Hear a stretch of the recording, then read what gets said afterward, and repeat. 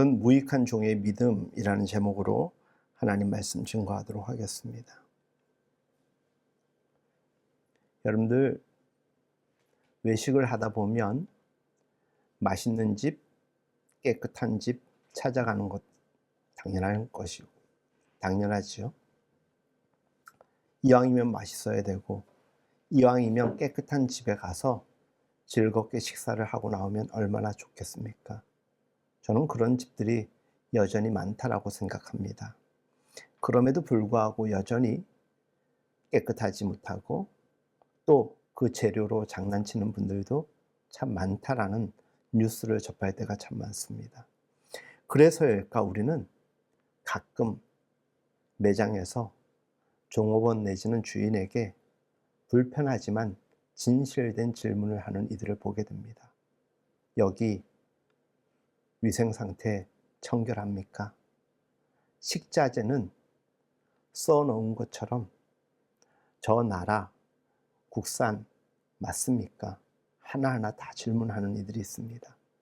사실 곁에서 보기에 불편합니다. 어차피 들어왔고 먹을 것인데 굳이 왜 저런 질문을 하고 있을까 생각할 때가 있습니다. 그렇다고 하여서 무턱대고 내 돈으로 먹기 때문에 내가 하고 싶은 말 할 수도 있겠지만, 여러분, 오늘 우리 시대가 그런가 보면 얼마나 불신의 세상인지, 믿지 못하는 일들로 인하여서 신뢰가 망가져 있는지 우리는 확인할 수 있는 대목 아니겠습니까? 어쩜 그래서 오늘 우리 시대는 불확실한 세대, 그리고 불신의 시대인 듯합니다.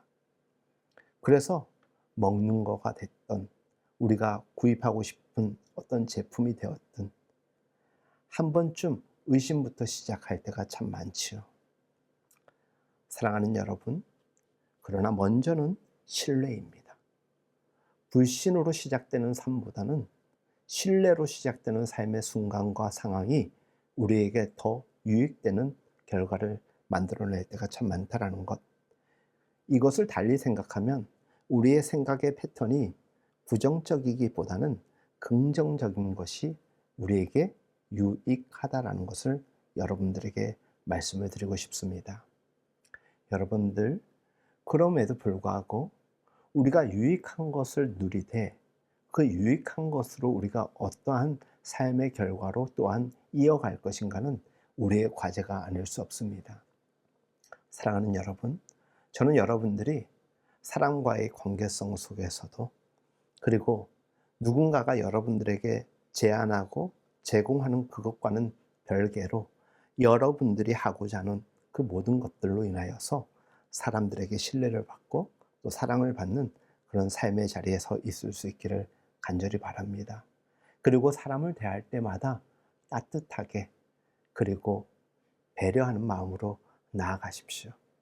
우리의 선한 양심과 정직한 마음은 언제나 그것을 알아주는 사람이 있기 때문에 우리가 그것을 두려워하지 않았으면 좋겠습니다.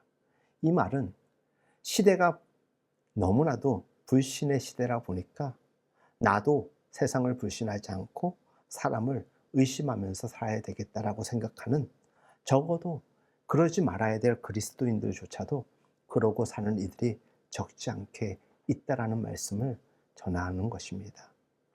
그리고 무엇을 하든 간에 사람을 대하고 여러분들이 선택한 모든 일들에 대하여서 선한 의도와 생각을 가지고 열심을 깨하십시오. 그러면 그 결과도 만족스러울 것입니다. 어떤 이들은 이렇게 얘기합니다.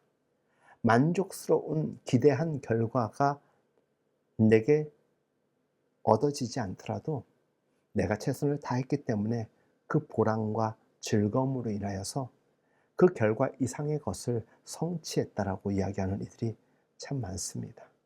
그런 면에서 저는 우리가 토끼보다는 거북이의 삶을 살았으면 좋겠습니다. 더디지만 한 발 한 발 내가 가야 될 곳을 향하여 가다 보면 어느 순간에 그곳에 가 있는 것 아니겠습니까? 성경에는 많은 사람들이 예수님을 따랐다라고 증언하고 있죠. 그러나 예수님을 따르는 제자들 중에서는 예수님에 대한 신앙적 동기 내지는 그 의도를 가지고 늘 예수님을 따랐던 이들만큼이나 예수님을 따르는 그 의도 자체가 순수하지 못했던 이들이 참 많았습니다. 우리들 가운데서도 순수하게 우리가 예수님의 피로 구속받고 구원의 은혜를 누리며 감사하면서 교회에 출석하고 신앙생활을 하는 이들도 있지만, 우리같이 많은 인원이 아닌 적은 인원이 모이는 교회는 그렇지 않다 치더라도 특정하기 어려운 불특정 다수가 모이는 아주 큰 교회는 자기의 목적을 이루기 위하여서 교회에 출석하거나 등록하는 이들이 적지 않게 있습니다. 제가 이전에 부목사로 사역을 하던 교회도 대략 한 1,500에서 2,000명 정도 사역하던 교회였는데, 이분은 아예 교회 등록 자체가 의도성이 보입니다. 전혀 하나님에 대한 호기심, 신앙에 대한 뭔가 궁금증 이런 거 전혀 없습니다. 첫날부터 판매 의도가 보이고 자기의 목적 달성을 위해서 내가 왔다라는 것을 아주 거침없이 드러내는 이들도 있습니다. 그렇다고 교회가 그런 사람들에게 이제 교회 나오지 마십시오, 우리는 안 받겠습니다, 그럴 수는 없지 않습니까? 그분의 그런 모습이 좀 도가 지나치면 절제하시라고 권면을 할 수가 있겠죠. 그 사람의 그 마음의 의도와 목적이 보여질 때 그것을 가지고 우리가 판단합니다. 그 사람의 됨됨이 내지는 그 사람의 마음을, 그리고 그 사람과의 관계를 어떻게 설정해 나갈 것인가를 생각하지요. 예수님이 모르셨겠습니까? 그런데 예수님은 말씀하십니다. 나는 세상을 치유하는 사람이라는 것입니다. 아프고 병들고 신음하는 자들을 위하여 내가 이 땅에 왔다라는 것입니다. 그래서 받아들이셨습니다. 그리고 치료해 주셨고 필요한 것을 채워주셨습니다. 그럼에도 불구하고 그것을 제대로 이해하지 못하고 이해하려고 하는 노력조차도 하지 않는 이들에게는 응당 강하게 메시지를 던지고 그에 맞는 행함을 거침없이 보이셨습니다. 사랑하는 여러분들, 교회에 출석하는 이들 중에서는 그저 지인들의 권유와 관계성을 위해서 나온 이들도 있고, 또 지적 욕구를 충족시키기 위해서 나온 이들도 있습니다. 혹은 답답한 마음을 위로받을까 나온 이들도 있고, 또 신적 개입을 통하여서 내 삶이 뭔가 변화되기를 간절히 바라는 이들 또한 있습니다. 어떤 이유로도 다 좋습니다. 어쨌든 우리 인생이 예수님과 플러그인 되었다라는 것만큼 우리에게 귀하고 가장 축복인 것은 없기 때문이겠죠. 교회 생활과 신앙 생활을 해가고 있는 지금 우리의 신앙 포인트도 점점 새로워지고 소원도 달라지는 것, 이것은 우리가 그만큼 성숙해 가고 있다는 것입니다. 혹여나 여러분들 중에서 전혀 그렇지 못하다라고 생각하는 이들이 있다면, 교회 목회를 하고 있는 저도 반성해야 될 일이지만 여러분들도 여러분들 스스로 신앙생활을 해온 것에 대하여서 잘 한번 생각해 보시기 바랍니다. 왜 내 신앙생활은 성숙되지 못하고 성장하지 못할까? 다시 예수님 당시의 사람들을 둘러보도록 하겠습니다. 예수님을 따르는 그들의 소원이 우리들처럼 다양하게 있었습니다. 그 동기가 여러 가지였습니다. 그러나 순수하지만은 못했다는 것 조금 전에 말씀드렸죠. 어떤 이는 정치적인 목적과 동기가 있었고, 사회적인 동기, 경제적인 동기, 종교적인 동기 다양했습니다. 그렇고 보니 예수님을 따르면서 보고 듣고 배우는 동안에 어느덧 예수님과 자신들 사이의 간격이 명확하다라는 것을 제자들은 알고 있었을 것입니다. 그런데 사람인지라 인간인지라 당연히 예수님은 높고 귀하신 분이고 우리는 낮고 부족한 사람임에도 불구하고 스스로 자꾸 예수님과 비교를 하려고 하는 이들이 참 많았습니다. 오늘 우리 시대에도 하나님을 잘 믿고 하나님 말씀을 잘 전하는 것처럼 모양은 띄고 있지만은 마치 하나님의 수준에서 사람들로부터 칭송받고 대접받으려고 하는 사꾼과 같은 존재들도 적지 않게 있지 않습니까? 예수님께서는 병자를 고치고 귀신을 내쫓으셨습니다. 하시고자 하면, 마음 먹으시면 원하시는 모든 일들은 그가 행할 수 있었습니다. 그러나 제자들은 달랐습니다. 어떤 때에는 귀신을 내쫓기도 하였지만 쫓지 못하여서 능력 없다라고 비판받기도 하였습니다. 어떤 때에는 능력이 나타날 때도 있었지만 어떤 때는 전혀 능력이 나타나지 않을 때도 있었습니다. 공감이 됩니다.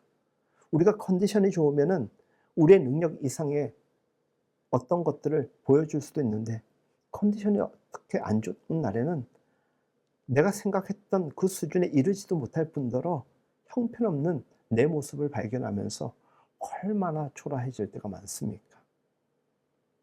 답답한 거죠. 제자들도 답답하고 오늘 우리 시대의 우리도 답답함을 느낄 때가 참 많지요. 예수님의 사건 가운데서 이런 일들이 있었죠. 큰 바다에 큰 광풍이 일었습니다. 예수님께서는 그 와중에 세상 모르고 깊이 심지어 조용히 주무시고 계십니다.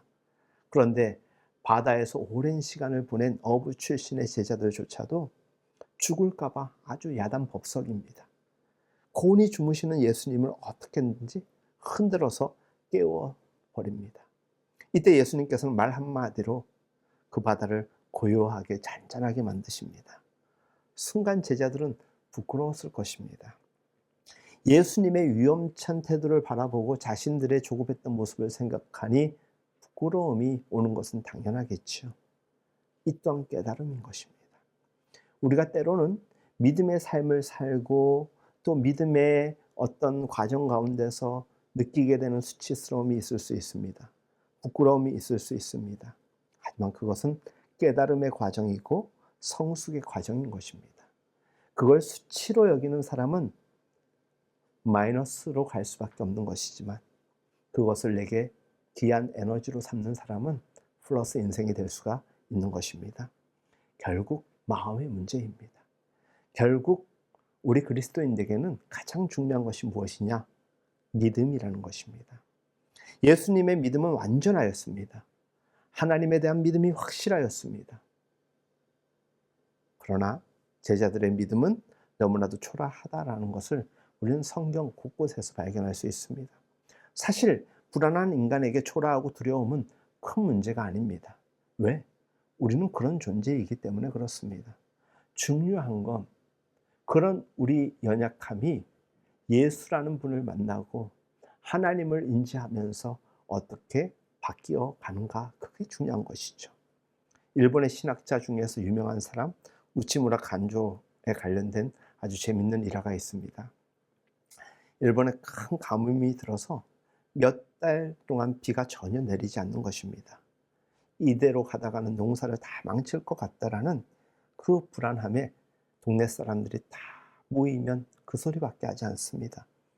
한쪽에서는 우리 이러지 말고 기우제라도 드려야 되는 것 아니겠습니까? 어느 날 아침에 우치무라 간조는 아이들과 함께 식사 기도를 올립니다. 그의 마음속에서도 그가 느끼고 있는 삶의 현장, 그리고 동네 사람들의 상황을 이미 잘 알고 있기에 그 아침 기도 속에서도 그 내용이 들어갑니다. 하나님, 비를 주십시오. 뭐를? 비를 주십시오. 이 메마른 땅에 비를 주십시오. 오늘 꼭 비를 주실 줄로 믿습니다. 그 간절함이 아이들에게도 전달되었을 것입니다. 식사를 마치고 아이들이 학교 갈 채비를 합니다. 그런데 초등학교 6학년인 큰 아이는 아무 소리 없이 나갑니다. 그런데 3학년이었던 작은 아이가 난데없이 우산을 잤습니다. 아버지 우산. 아버지가 뭐라고 했겠습니까? 우찌무라 간조가 이렇게 얘기합니다. 야 이놈아, 맑은 하늘에 우산을 왜 찾냐? 아이가 이야기합니다. 아버지 아까 기도하실 때에 오늘 비 주실 것을 믿는다고 하시지 않았습니까? 그러니까 우산을 가지고 가는 것 당연한 것 아니겠습니까? 라고 이야기를 합니다.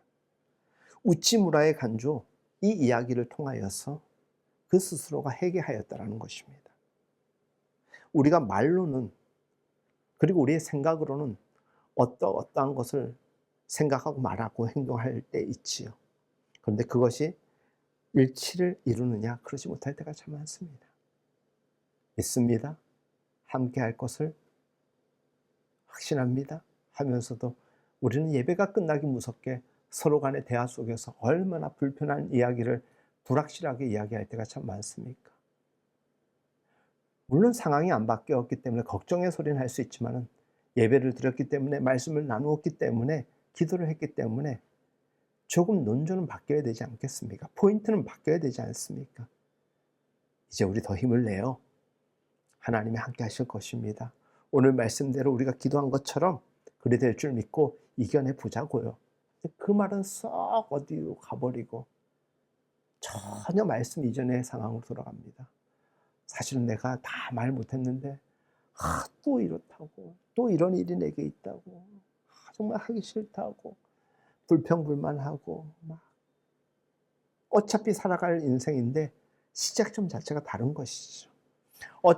어차피 먹어야 될 음식인데, 어차피 써야 될 제품인데 자꾸 단점만을 부각시키는 사람이 있는 반면에 장점을 가지고 계속적으로 잘 활용하는 사람이 있다는 것입니다. 그렇게 싫고 그렇게 불평이 많으면 집어던지던가 먹지 말던가, 꾸역꾸역 먹으면서도 꾸역꾸역 사용하면서도 왜 그렇게 안 좋은 얘기를 많이들 하는지 그러지 말자라는 것입니다.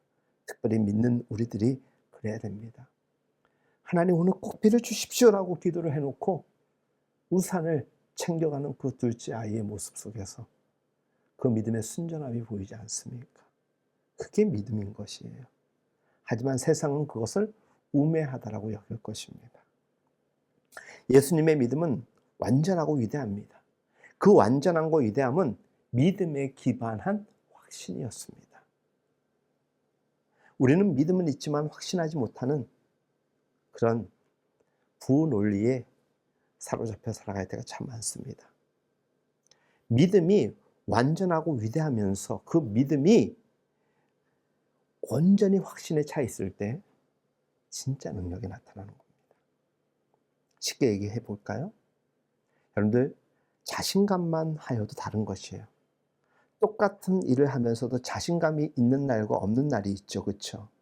근데 자신감이 있을 때 한 행동과 자신감이 없을 때 하는 행동을 보십시오. 분명히 판이 다릅니다. 그리고 그 시작부터 과정과 끝 다 다릅니다. 그만큼 사람에게 있어서 믿음에 기반한 확신은 매우 다른 것입니다. 똑같이 더운 날 무더위 속에서 높은 습도 속에서 살지만 그 마음의 자세가 아침부터 깔끔하게 기도한 가운데 즐겁게 시작하는 사람과 어제를 회상하고 몇 날을 돌이키면서 출근하기 싫어요, 학교 가기 싫어요, 다릅니다. 여러분 생각해 보십시오. 아침에 일어나자마자 누구든지 오늘 그냥 푹 잤다고, 그냥 오늘 너무 좋다라고 하는 사람 거의 없어요. 대부분 오늘 또 무겁게 시작되네. 그러면서도 아니야, 그럼에도 불구하고 정신 차리자, 마음을 새롭게 하자. 그런 사람들이 세상을 바꾸고 가는 거예요. 그런 사람들이 그 무더위 속에서도 짜증내지 않고 웃고 살아가는 것입니다. 다른 게 능력이 아니에요. 그런 게 능력인 것이에요. 제자들 가운데서는 그 믿음에 기반한 확신이 없는 사람들이 너무 많았어요. 예수님께서 갖가지 일들을 보이셨음에도 불구하고 믿음에 대한 확신이 분명하지 않은 이들이 있었다는 것입니다. 마치 오늘날 하나님의 은혜로 산다고 고백하면서도 늘 조급함과 불안함에 휘둘리고 있는 우리 시대의 신자와 매 한 가지인 제자들이었던 것입니다. 금방 나약해집니다. 심지어는 금방 비겁해집니다. 실망하고 절망하기까지 그리 오래 걸리지 않습니다. 남을 사랑도 못하고 용서도 못하고 그렇게 기도를 하고 그렇게 말씀을 들었음에도 불구하고 그렇게 많이 결단을 했음에도 불구하고 사랑은 둘째치고 미움과 시기 질투가 언제나 내 입에서 떠나지 않는 이들이 있지 않습니까? 심지어 그리스도인임에도 불구하고 결국 그 허약한 신앙생활은 오래 갈 수가 없습니다. 심지어 그 일상의 삶에 있어서 그 스스로가 부끄러움을 느끼는 것밖에 되지 않습니다. 그래서 우리에게 믿음이라는 것은 그 믿음이 주는 확신은 매우 중요한 것입니다.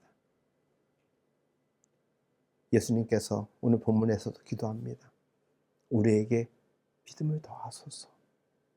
믿음을 더하소서. 하나님을 향한 믿음도 더해야 되겠지만 사람 사는 세상에서 서로에 대한 그 믿음도 더해 가게 하소서. 그 기도인 것입니다. 믿음을 크게 해달라고, 믿음을 완전하게 해달라고 그리 기도하셨던 이유는 우리의 세팅 자체가 그만큼 중요하다는 것을 우리에게 일깨워 주는 것입니다. 어떤 일을 하든 그것을 대하는 자세가 매우 중요합니다. 예수님은 늘 소망 가운데서 살아셨습니다. 그리고 긍정의 힘으로 열정을 쏟으셨습니다. 기도만 많이 하셨던 분이 아니라 그 열정과 소망도 너무나도 대단하셨습니다. 믿음이 없는 기도, 믿음이 없는 그 어떤 것도 우리의 궁극적 삶의 변화를 일으키지를 못합니다. 이따금 어려운 문제를 안고 찾아오는 분들이 있습니다. 그분들과 대화를 하다 보면 이런 이야기를 합니다. 그리고 이렇게 답합니다. 오늘 당신이 고민하고 있는 문제가 처음 당한 게 아닐 것인데, 아니면 오래전부터 있어온 문제입니까? 그러면은 대다수 많은 사람들이 오래되었습니다. 여전히 바뀌지 않는 상황 속에서 살아갑니다. 오래전부터 있었던 문제라고들 이야기하는 이들이 참 많습니다. 또 묻습니다. 이와 같은 문제가 당신에게만 있다고 생각합니까? 아니면 다른 사람에게도 있다고 생각합니까? 그러면은 그 문제를 가지고 온 사람은 이렇게 이야기를 할 때가 많습니다. 저만 그렇겠습니까? 그렇다면 당신은 하필 이제 와서 그 문제를 가지고 고민하는 이유가 뭡니까? 라고 질문을 던지면 머뭇거립니다. 왜? 답은 알고 있는데 늘 답을 시행하지 않는 용기가 없었던 삶에 대한 부끄러움을 알기 때문입니다. 여러분, 우리 모두도 우리 스스로에게 물어봅시다. 내가 왜 이처럼 나약한가? 별로 특별한 것도 없는 문제를 가지고 왜 이처럼 속을 끓이고 있는가? 결국 마음의 자세, 믿음의 문제가 얼마나 중요한가를 우리는 이 대목에서 찾을 수가 있는 것입니다. 자기 스스로가 불신과 신뢰하지 못하는 것들이 너무 팽배하게 가득 차 있는 것입니다. 객관적 여건의 문제 아닙니다. 결국 내 심리, 내 마음의 문제이고, 기독교적 신앙에서 딱 잘라 말한다면 그 믿음이 시원치 않기 때문입니다. 왜 기도가 잘 안 됩니까? 믿음이 없기 때문입니다. 이루어질 거라는 거에 대한 믿음이 없기 때문입니다. 왜 말씀을 안 봅니까? 세상에 더 재밌는 게 많기 때문에 흥미가 안 가는 겁니다. 딱 잘라 말해서 믿음이 없기 때문에, 시원치 않기 때문입니다. 왜 찬양의 가사가 공감이 안 됩니까? 공감할 수밖에 없는 것들로 채워져 있는 것이 아니라 공감할 수 없는 것들로 인하여서 가득 차 보이기 때문입니다. 결국 믿음으로 부를 수가 없고 생각할 수 없기 때문입니다. 예수님은 약할 대로 약할 때가 있었습니다. 그럴수록 더욱더 믿음을 달라고 기도를 합니다. 예수님도 그 기도를 하였는데 왜 우리는 믿음을 달라는 기도를 더 간절히 하나님께 요청하지 않고 있는 걸까요? 하나님은 도리어 여러분들에게 말씀하십니다. 내가 사랑하는 너를 너가 믿었으면 좋겠다. 내가 함께하는 너를 너 스스로가 왜 믿지 않느냐? 여러분들 자꾸 상황 탓하지 마십시오. 다 똑같이 대하는 세상입니다. 왜 기죽습니까? 예수님께서 말씀하셨습니다. 너희가 만일 믿음이 한 겨자씨만큼만 있으면, 겨자씨가 얼마나 작은지 모릅니다. 이 산을 명하여 여기서 저기로 옮기라 하여도 옮길 것이요. 겨자씨 알만한 믿음만 있어도 그렇게 될 수 있다는 것이에요. 못할 것이 없으리라고 하십니다. 마가복음 11장 23절, 누구든지 이 산더러 들리어 바다에 던지우라 하면 그 말하는 것이 이룰 줄 믿고 마음에 의심치 아니하면, 중요한 게 이거예요. 뭐뭐 하지 아니하면, 의심치 아니하면. 여러분들 스스로에게 물어보십시오. 어떤 상황 속에서 여러분들 믿음이 큽니까? 의심이 큽니까? 아니, 긍정적인 의심, 두들겨 보는 것, 그거 이야기하는 거 아닙니다. 오늘의 본문에서 겨자씨알 만한 믿음이 있다면 뽕나무더러 뿌리가 뽑혀 바다에 신기우라 해도 그렇게 될 것이라는 것이 믿음이라고 말씀합니다. 그리고 그것이 믿음의 능력이요, 믿음의 결과가 될 것이라고 전합니다. 믿음이 있으면 움직이지 않을 것도 움직이고 상식적으로 전혀 풀릴 수 없는 문제도 풀릴 수 있게 된다는 것입니다. 가끔은 이런 경우도 있어요. 믿음이 있기에 그렇게 될 것 같았는데 되지 않는 것들이 있어요. 저는 받아들입니다. 안 될 수도 있는 거지. 안 되는 데는 안 되는 이유가 있겠지. 노력과 능력이 없어서 안 되는 것도 있겠지만 안 되게 하신 이의 이유도 있겠지라고 그냥 넘겨버려야 됩니다. 그리고 또 다른 삶의 최선을 다하면 되는 것이에요. 그게 다 모든 것의 결과인 건 양 망연자실해서 포기하고 좌절할 이유가 없다라는 것입니다. 여기서 우리가 오해하지 말아야 될 것, 먼저 움직이는 건 상황이 아닙니다.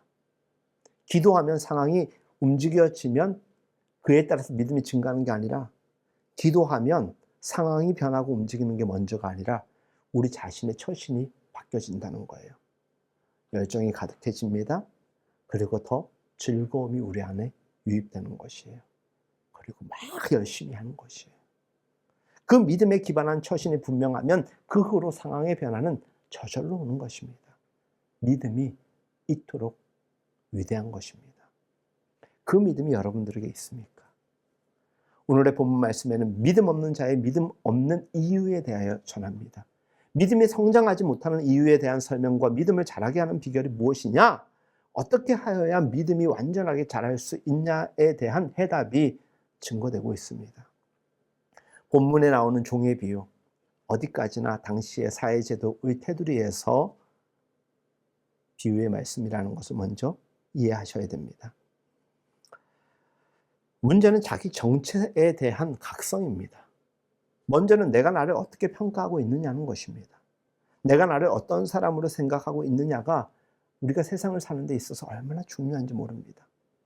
하나님이 나를 너무나도 사랑하시고 나를 통하여서 위대한 일을 이루실 것이야 라는 생각을 가지고 교만하게 살아가는 것이 아니라 겸손하게 조용히 살아가면서도 기죽지 아니하고 큰 자 앞에서도 어깨 딱 벌리고 그런 존재가 되어야 되는 것이에요. 짓불도 능력도 없는데 어깨만 딱 벌리고 믿음이 있다라고 외친들 결과가 그렇게 달라지지 않습니다. 나의 나됨이라는 것, 내 믿음이라는 것은 하나님께서 부어주시는 은혜요, 선물입니다. 그것을 믿고 나아가면 하나님께서 우리와 함께 합작으로 이뤄가시는 일들이 얼마나 많은지 모릅니다. 때로 자기를 스스로 높이는 사람이 있습니다. 높아질 수가 없습니다. 그 한계에 분명히 부딪힙니다. 고민도 많습니다. 그런 사람들 치고 고민 없는 사람 없습니다. 심리학자 프로이드의 주장에 의하면은 이 참자아와 초자아 사이에서 사람들이 늘 힘겨워한다는 거예요. 참자아는 우리의 트루 이고입니다. 나의 그냥 가진 그 자체예요. 근데 초자아는 그 이상의 것들에 대한 늘 희망이 있어요. 그래서 사람들은 그러잖아요. 스스로 희망 고문에 걸려있는 사람 너무 많다고. 스스로 너무 기준점이 높은 사람이 많아요. 낮추라는 이야기가 아니라 적당히 해야 되는 것이죠. 자기를 너무 높이 평가하고 있는 사람은 고민이 그칠 날이 없습니다. 문제는 내가 나를 바로 알고 바로 평가하는 데 있습니다. 믿음이 있습니까? 이 말은 믿음이 없는데 여러분, 믿음이 왜 있는 척 하십니까? 이 정도로 딱딱한 평가하려고 하는 게 아니라 여러분들의 믿음의 수준이 정확하게 어느 정도인지를 늘 하나님 앞에 평가받으라는 거예요. 그리고 부족한 부분은 간구하시고 주신 부분이 있다라면 감사함으로 감당하시라는 것이에요. 예수님께서 말씀하십니다. 아무든지 나를 따라오려거든 자기를 부인하고 자기 십자가를 지고 누구를 쫓으라? 나를 쫓으라. 우리의 삶의 표본 모델이 예수님 아닙니까? 예수님 같이 살고 싶지 않습니까? 그런데 인생 살면 살수록 왜 그토록 아프고 힘든 상황이 많은지, 사실 그걸 알기에 인정해야 함에도 불구하고 인정하지 않으려 하니 사실 더 힘듭니다. 제 말에 공감이 좀 되십니까? 자, 여기서 본격적으로 좀 더 깊이 들어가면서 마무리로 이어가겠습니다. 우리의 자아가 덜 죽어서입니다. 죽어야 할 만큼 죽지 못한 겁니다. 완전히 죽지는 못하더라도 좀 죽어야 될 게 있는데 죽지 않아서입니다. 이왕이면 완전히 죽으면 좋은데 그게 쉽지가 않잖아요. 그러니 고민이 있고 고통이 가중될 뿐입니다. 우리가 십자가 말하는데 언제 십자가 제대로 한번 짊어져 본 적은 있습니까? 라고 묻고 싶을 정도입니다. 들어봤으면 그럼 얼마나 버티고 있습니까? 예수님도 그 십자가 너무나도 힘들어서 지나가는 행인에게, 구레네 사람 시몬에게 그걸 맡기기까지 하지 않았습니까? 여러분들 어떻게도 감당하려고 하면 하나님이 여러분들에게 그 십자가를 같이 짊어질 사람들을 붙여주십니다. 일단은 중요한 건 먼저 여러분 십자가를 우리가 먼저 짊어지고 갈 수 있어야 되는 것이에요. 가끔은 공동체 생활이나 조직 생활에 있어가지고 자꾸 여우짓하고 이상한 짓 하는 사람들이 있습니다. 보입니다. 밉상이죠. 근데 밉상들이 왜 밉상짓을 할까 생각해 보면 밉상이라고 밉상을 이야기하지 못하는 오늘 우리 시대에 깝깝함이 있는 것입니다. 그거 얘기하면은 용기 있는 사람이라고 박수치는 것이 아니라 도리어 그런 사람을 무례하다라고도 하고 참 살기 참 힘든 세상이에요. 바르게 살려고 몸부림쳐도 비난받기도 하고 너만 잘났냐라고 막 그렇게 이야기하는 사람들 얼마나 많죠. 여러분들 혹시 그런 고민 해봤습니까? 운전하시는 분들. 요즘에 보행 신호가 딱 우회전에서 걸쳐 있으면은 30부터 카운팅 해가지고 제로 될 때까지 움직이지 말아야 되잖아요. 근데 뒤에서 그래 내가 오늘은 잘 지켜보자. 뒤에서 버스, 택시, 일반 아저씨들이 빵빵빵빵 안 간다고 막 심지어는 추월해 가면서 막 손가락질 하는 경우도 있어요. 저도 그런 적이 있거든요. 아니 거기에 서 있는 게 당연한 거예요. 근데 안 간다고. 사람도 없는데 왜 신호등 앞에 그렇게 그냥 바보처럼 서 있냐라는 것이죠. 사람들 눈치가 자꾸 보이는 것이죠. 바른 길을 가려고 하다 보면 그거 감내해야 되는 거예요. 버텨내야 되는 겁니다. 신용만 해서는 되는 것 아닙니다. 열심히 노력하고 애쓰다 보면 맷집이라는 것도 생깁니다. 먹어본 사람만이 먹어보는 게 아니라 맞아본 사람들이 버텨내는 거예요. 완전히 죽으면은 어떤 분이 그러시더라고요. 고통이 없다고. 무서워요. 완전히 죽는 건 두렵고 그렇게까지 하고 싶지 않은데 그렇게 죽으면 고통이 없다라는 말이 뭘까? 진짜 그럴 것 같아요. 내 육신의 생명이 끝나는 게 아니라 내 마음이 그만큼 내려놓아지면 갈등하지 않는다라는 것이죠. 덜 죽어서 고통을 겪는 거고 덜 죽어서 믿음이 자라지 않는 것입니다.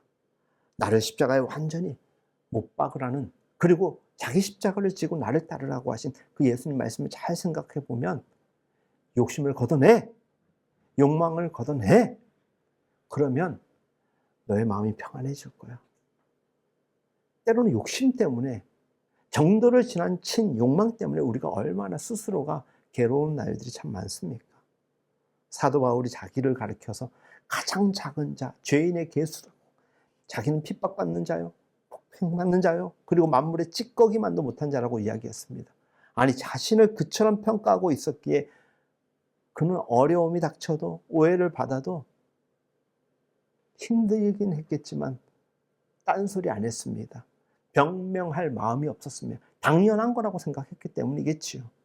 오히려 그럼에도 버티고 있는 것이, 그럼에도 불구하고 생명을 유지하고 있는 것이 감사했다고 그는 고백하는 것입니다. 그가 쓴 편지 로마서에 이렇게 기록되어 있습니다. 자신을 이렇게 소개하죠. 파울로스 둘로스 크리투스 예수. 자기가 예수의 종이라고 이야기를 하는 거예요. 나는 예수 그리스도의 종이다. 종이 뭔 얘기를 하겠습니까? 나는 예수 그리스도의 종이다. 나는 노예다라고 이야기합니다. 그게 그의 명함입니다. 종된 자 무슨 말 있겠습니까? 종한 데는 소유권도 없습니다. 재산이 없습니다. 그의 능력도 지혜도 순종해서 얻어지는 것입니다. 순종할 뿐입니다. 왜? 자기가 종이기 때문에. 순종함으로 지혜를 얻는 것이에요. 순종함으로 능력이 있는 것입니다. 순종하지 않으면 우리에게서 자꾸 교만이 나오게 되고 무분별함으로 인하여서 초래하는 문제가 발생할 수 있지 않습니까? 우리의 신념조차도 믿음을 능가할 수 없고 그 안에서 제한되는 것입니다. 이것을 우리가 분명히 알아야 됩니다. 믿음은 신념이 아닙니다. 믿음은 하나님께로부터 받는 우리의 성품으로 발전되는 것입니다. 지난주 제가 좋아하는 선배님 한 분이 어느 교회에 가서 설교를 하셨습니다. 저는 이 형님을 굉장히 존중합니다. 여러 가지 교회를 옮길 만한 이유가 있었는데 산골 오지 마을에서 청년 몇 데리고, 어릴 적 학생들이었죠. 그 애들 몇 명 데리고 지금도 그들이 자라서 청년이 되고 부부가 되고 장성한 집사님들이 돼서 인원은 크게 안 바뀌었는데 20년 넘고 25년, 30년째 목회를 하고 계셔요. 근데 그 모습을 귀하게 여겼던 전혀 다른 교단의 어느 목사님, 그분을 초청했어요. 단일 기도회 때도 설교하셨던 목사님, 그분 이야기를 듣고 그분을 초청해서 지난주에 주일 예배 모든 교회 가족들 초청해서 몇천 명 앞에서 설교를 하셨는데, 그 형님 설교를 제가 지난주에 듣는데 이렇게 얘기를 하시는 거예요. 제 마음에 감동이 있었어요. 여러분도 요즘에 속도보다 더 중요한 것이 무엇이라고 생각하십니까? 라고 이야기하면 다 아시잖아요.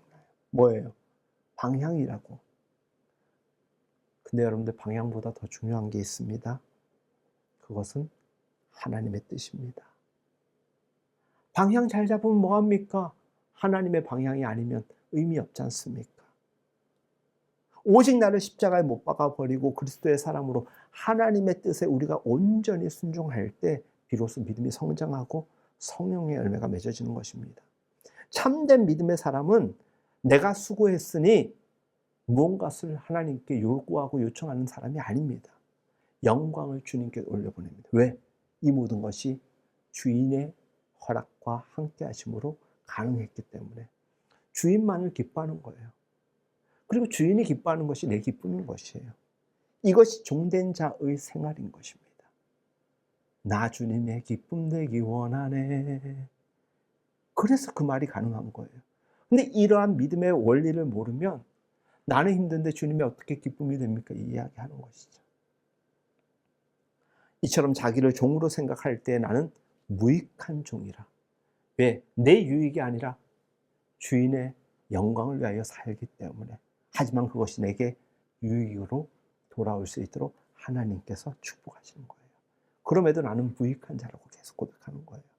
마땅히 하여야 할 일 당연히 하였다라고 오늘 본문에서 말씀하지 않습니까? 당연히 해야 할 일을 하지 않을 때 하지 말아야 할 말을 하게 되는 거예요. 하지 말아야 할 일을 하는 것이고, 말이 많다라는 것은 마땅히 해야 할 일을 하지 않으면서 변명하는 경우가 많습니다. 말이 많으면 헛된 것이 많다라고 잠언에 기록되어 있지 않습니까? 번민이 많다라는 것은 말을 많이 했기 때문이에요. 행동으로 옮겨질 때 마음이 단순해지고 그 생각이 잘 정리가 되고 집중력을 발휘할 수 있습니다. 결국 행동 하나하나가 문제를 풀어가는데 그 행동 하나를 이끄는 힘이 우리 마음이고, 그것이 그리스도인들에게 있어서 중요한 믿음이라는 거예요. 믿음이 이처럼 중요한 거예요. 이 믿음은 하나님에 대한 믿음이고 우리가 세상을 살아가는 믿음이기 때문에 이 믿음은 종교적 개념 이상을 뛰어넘는 것입니다. 케르케고르는 말하였습니다. 죄의 반대가 믿음이라고. 그 믿음은 순종으로 이어진다라고 이야기합니다. 우리가 죄를 이길 수 있는 길은 자기 의를 내세우는 데 있지 않습니다. 선행을 쌓는 데 있지 않습니다. 우리가 죄를 이길 수 있는 길은 오직 믿음, 순종함으로 주님의 뜻을 따르고자 할 때 가는 것입니다. 여러분들, 죄를 이기려고 하면 힘듭니다. 유혹을 이기려고 하면 힘듭니다. 방법은 하나입니다.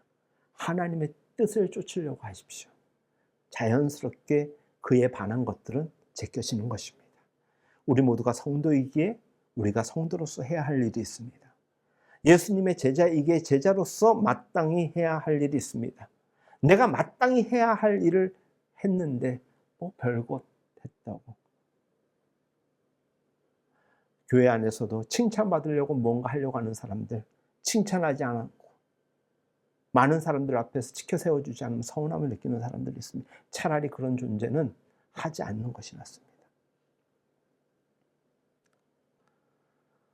사랑을 받았기 때문에, 누구로부터? 하나님께로부터 받았기 때문에 사랑하는 건 당연한 거예요. 선택받았기 때문에 감사해서 복음 전하는 것 당연합니다. 그게 우리에게 당연함이 돼야 되는 것이에요. 이것이 바로 기독교 윤리의 원리라는 것이에요. 하나님의 자녀이기에 당연히 우리는 하나님의 자녀답게 살아가야 되는 것입니다. 거기에 우리의 윤리의 모든 방점과 모든 것이 담겨져 있는 것이에요. 마태복음 18장 21절 이하에 1만 달란트 빚진 자 이야기 나오죠. 그렇죠? 그가 빚을 갚지 못하는 상황에 처한 이가 있었습니다. 주인은 관대하게도 그 빚을 깨끗하게 탕감해 줬어요.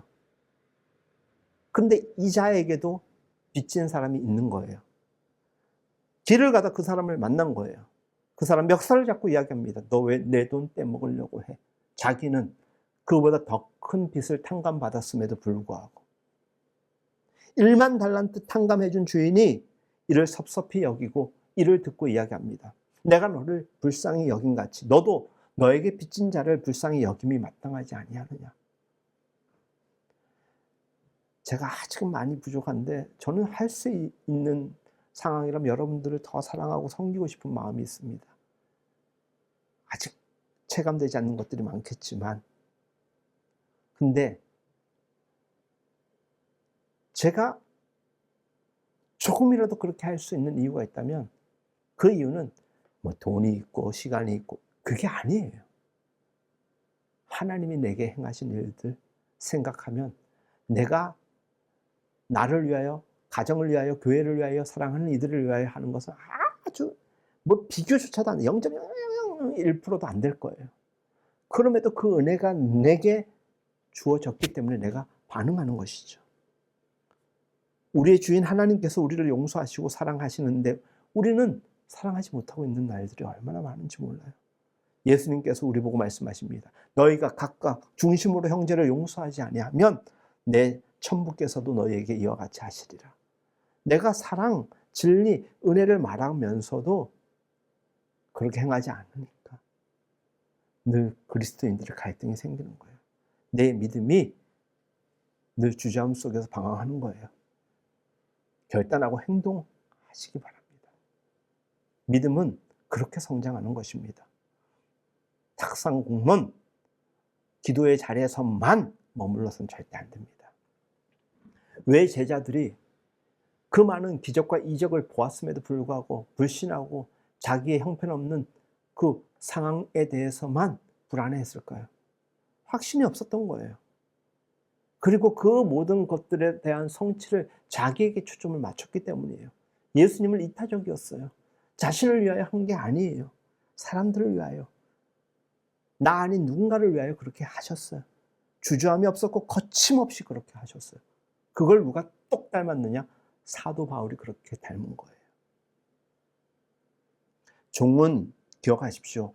보상을 바라지 않습니다. 우리는 그리스도의 종이 된 사람들이에요. 왜? 그리스도께서 우리에게 주인 되심으로 우리에게 허락하여 주시고 허락하여 주신 것이 너무나도 많기 때문에 비굴하게 듣지 마십시오. 영광으로 여기십시오. 나는 그리스도의 종이다. 그러나 종은 이미 주인의 보호 안에 있기 때문에 두려워하지 않아도 된다는 것입니다. 우리가 명색이 그리스도의 종이라고 한다면 결코 바라는 것이 있어서는 안 됩니다. 왜? 알아서 하나님이 챙겨주시기 때문에. 모든 원망은 보상을 바라는 마음에서 생기는 것입니다. 왜 우리가 자꾸 실망하는 줄 아십니까? 바라는 게 많기 때문에. 바랄 수도 있겠지만 정도껏 바라는 것 이상은 희망하지도 마십시오. 어떤 때는 물질로, 어떤 때는 명예로, 어떤 때는 말로 좀 알아주기를 바라는 마음, 인사라도 해주기를 바람, 체크해 주기를 바라는 마음 갖지 마십시오. 그가 알아서 해주시는 겁니다. 우리도 서로가 알아서 해주면 되는 거예요. 그리고 베푸는 기쁨, 주는 기쁨으로 살아가는 것, 하나님의 기쁨을 우리가 닮아갔으면 좋겠습니다. 말씀을 마무리하겠습니다. 받는 자는 노예입니다. 노예가 해야 될 것은 충성입니다. 주되 무엇인가를 되돌려 받고자 하는 마음이 아니라 감사함으로, 기쁨으로 그것이 일상이 되어야 됩니다. 주되 거저주는 사람이 진정한 자유인입니다. 내 손에서 이미 벗어났으면 이제 더 이상 개입하려고 하지 마십시오. 순결한 마음으로 주어야 할 뿐 바라는 마음이 있어서는 안 됩니다. 보상을 바라지 않고 봉사할 때 우리는 참 행복을 느끼는 것입니다.